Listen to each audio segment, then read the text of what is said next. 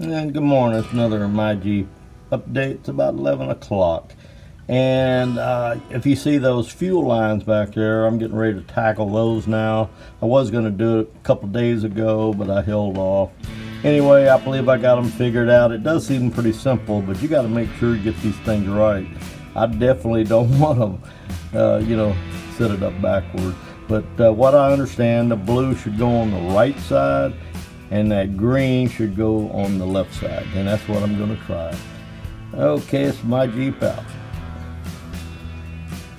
Okay, this is My Jeep just a few minutes later. As you can see, I got those lines on. And there wasn't no problem getting them on. They just slide. They would slide right up on here, and they lock it. They slip over that collar that you see, and they lock into place, and that's it. And same thing with this one over here.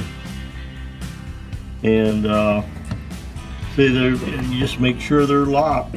And if you want to disconnect them, you push these connections down and hold it down and pull them off. And that's about it. I didn't have no problem getting them on, and I'm just a little worried. I just hope I got them on the right side, but that's what I've been seeing. Blue, this blue one on the right and this green one on the left.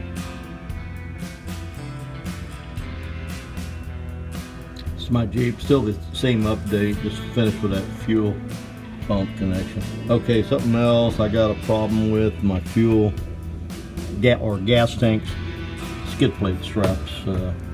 There's a hole here, and there's a hole in the strap here.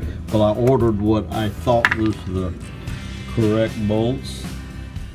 Fine here, but the hole in the strap too small.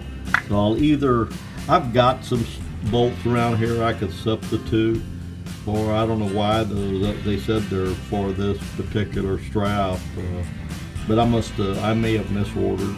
Anyway, that's something I've got to do now. I've got to find me some bolts and strap this tank down properly. That's My Jeep out. Another problem.